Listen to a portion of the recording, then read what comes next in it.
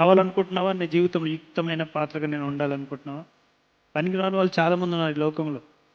చెడిపోతున్న వాళ్ళు చాలామంది ఉన్నారు ఈ లోకంలో.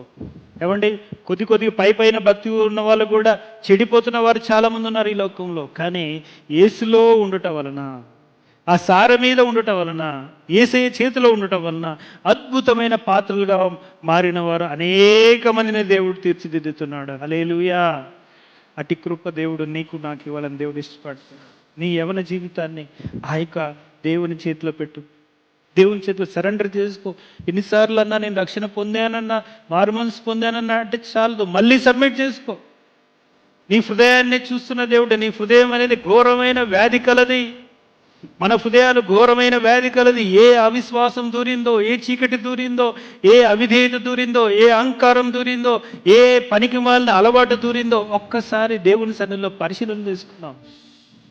ప్రభువా, నేను సార మీదే ఉంటానయ్యా, తిరిగి నా జీవితాన్ని కట్టయ్యా, నా జీవితాన్ని తిరిగి కట్టయ్యా అని ఎవరైతే సరెండర్ చేసుకుంటారో అద్భుతమైన యుక్తమైన పాత్రగా నీ జీవితాన్ని దేవుడు చేస్తాడు.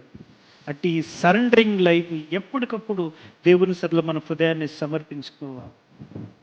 ప్రార్థన చేసుకుందాం. ప్రభు చూద్దాం.